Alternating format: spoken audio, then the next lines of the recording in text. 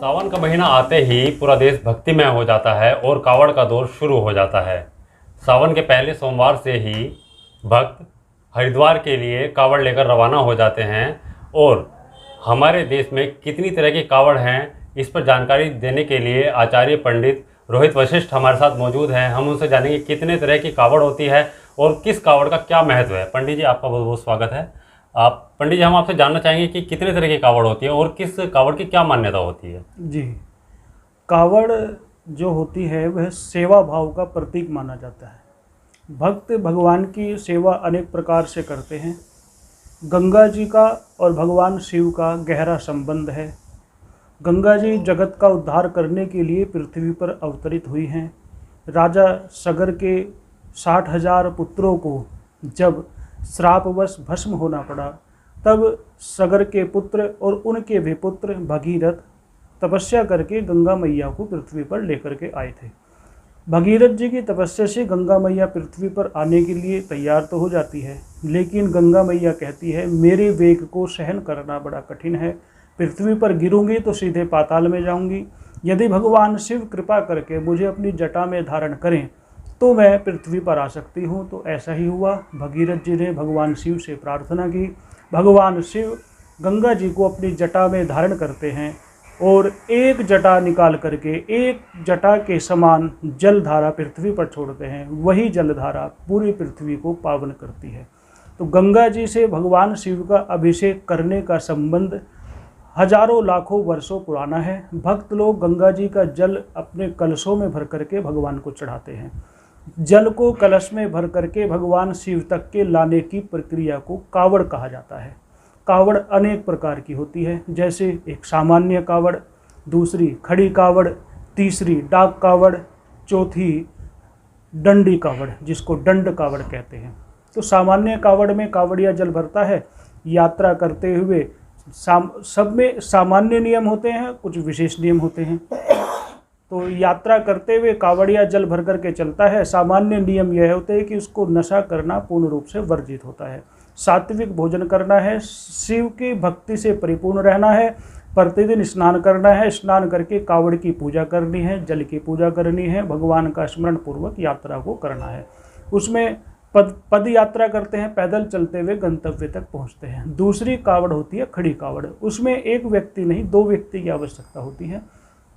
वह जल लिए व्यक्ति हमेशा खड़ा रहता है। एक व्यक्ति विश्राम करता है तो दूसरा व्यक्ति उस जल को अपने शरीर पर धारण करता है। तीसरी कावड़ होती है डाक कावड़। उसमें एक समय का निर्धारण होता है। कावड़िए द्रुत गति से, तीव्र गति से अपने लक्ष्य की ओर बढ़ते हैं। समय निर्धारित होता है, निर्धारित समय में स्थान पर पहुंचना होता है। अनेक लोगों के उसमें सहयोग की आवश्यकता होती है। इसके अलावा एक चौथी कावड़ होती है दंड कावड़। लेट करके भूमि को प्रणाम करते हुए, जमीन पर लेट करके दंडवत प्रणाम करते हुए इस कावड़ को लेकर के जाया जाता है। बड़ी कठिन कावड़ है, बहुत कम लोग इसको पूरा कर पाते हैं। जैसे भी हो भगवान की भक्ति करनी चाहिए। जितना शरीर में शक्ति दी है उसके अनुसार हमें भगवान की भक्ति करनी चाहिए।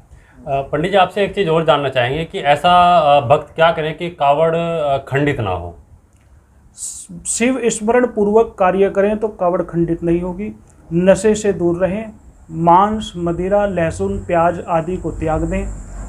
बहुत व्यक्ति ऐसे होते हैं, बहुत भक्त ऐसे होते हैं जो व्रत रख करके फलाहार करते हुए कावड़ लेकर के आते हैं। बहुत व्यक्ति ऐसे होते हैं जो अन्न ग्रहण एक समय करते हैं, कावड़ लेकर के आते हैं। बहुत व्यक्ति ऐसे होते हैं जो भोजन करते हुए आ जाते हैं, सामान्य रूप से भोजन करते हैं। तो जिसमें जितनी भावना है अपनी भावना के अनुसार भावना को पवित्र रखते हुए, मांस आदि, नशे आदि से दूर रहते हुए, किसी को कष्ट न देते हुए, पवित्र मन से भगवान का स्मरण करते हुए और गूलर आदि के वृक्षों को दूर से ही प्रणाम करते हुए गंतव्य की ओर आया जाए। इससे कावड़ खंडित नहीं होती है। पंडित जी, आपने एक शब्द का प्रयोग किया, गूलर शब्द। गूलर शब्द का ऐसा क्या है कि कावड़ अगर उसके नीचे से लेकर जाया जाता तो कावड़ खंडित हो जाती है, ऐसा कुछ, ऐसी मान्यता है, ऐसा कुछ बताया गया क्या, किस तरह के? गूलर शब्द जो है उदुम्बर वृक्ष के विषय में कहा गया है। उदुम्बर वृक्ष वम वृणोति शंभु, जो भगवान शिव का वर्ण करे उसको उदुम्बर कहा गया है। उदुम्बर गूलर वृक्ष का संबंध पहला तो शुक्राचार्य से है। शुक्राचार्य भगवान शिव के उपासक हैं, महामृत्युंजय मंत्र के उपासक हैं। शुक्राचार्य है, संबंधित वृक्ष होने के कारण वह वंदनीय पूजनीय है। कुबेर की संपत्ति गूलर कही गई है, तो कुबेर भगवान शिव के परम मित्र हैं, तो भी गूलर वंदनीय है। इस कारण गूलर वंदनीय है। कावड़ियों का भाव रहता है कि उनके पत्ते आदि का हमारा स्पर्श न हो, पैरों का स्पर्श न हो, तो वे दूर से ही जाते हैं। जिस प्रकार बिल्व का वृक्ष पूजनीय है, उसी प्रकार गूलर का वृक्ष पूजनीय है। लेकिन गूलर के वृक्ष में जो फल लगते हैं, उस फल के अंदर असंख्य जीव होते हैं, छोटे छोटे कीटाणु रूपी जीव होते हैं।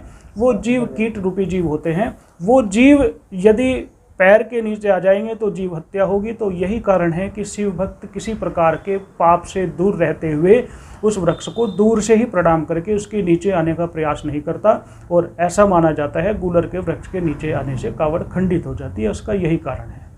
जी पंडित जी, आपसे एक चीज़ और जानना चाहेंगे।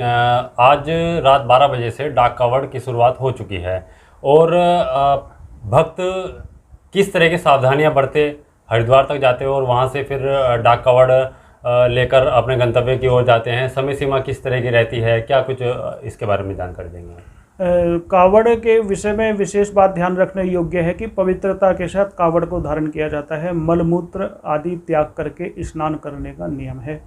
नशा नहीं करना है, कटु वचन नहीं बोलने हैं, प्रेम पूर्वक व्यवहार करना है, मिलजुल करके सद्भावना के साथ कावड़ को लेकर के आना है। निर्धारित जो समय निर्धारित हुआ है उसके अनुसार जल लेकर के आना है। जैसे इस वर्ष कावड़ के जल चढ़ाने का जो समय है वह शाम को 6:46 से आरंभ होगा।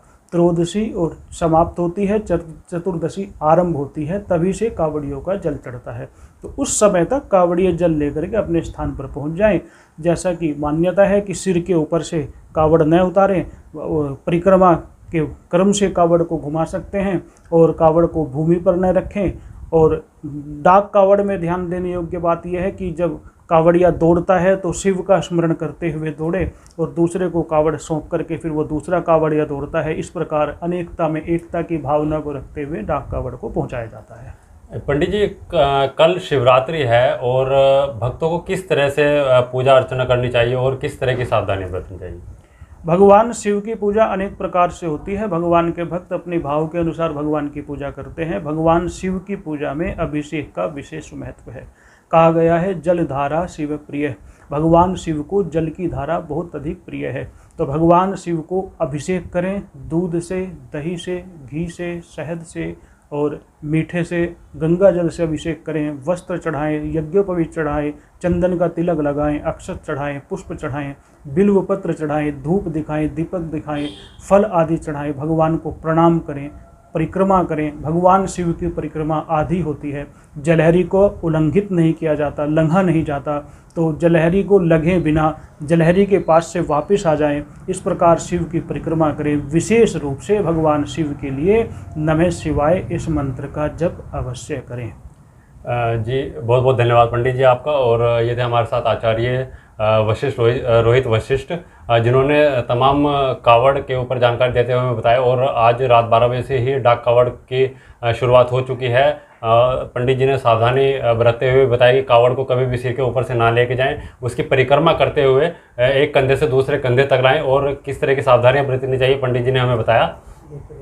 इसके लिए हम पंडित जी का बहुत बहुत धन्यवाद करना चाहेंगे। और शिवरात्रि पर किस तरह की सावधानियां बरतनी चाहिए, किस तरह शिवरात्रि पर भक्ति करनी चाहिए, इस तरह की पंडित जी ने हमें जानकारी दी। बहुत बहुत धन्यवाद। अनिल कटारिया, सहारनपुर।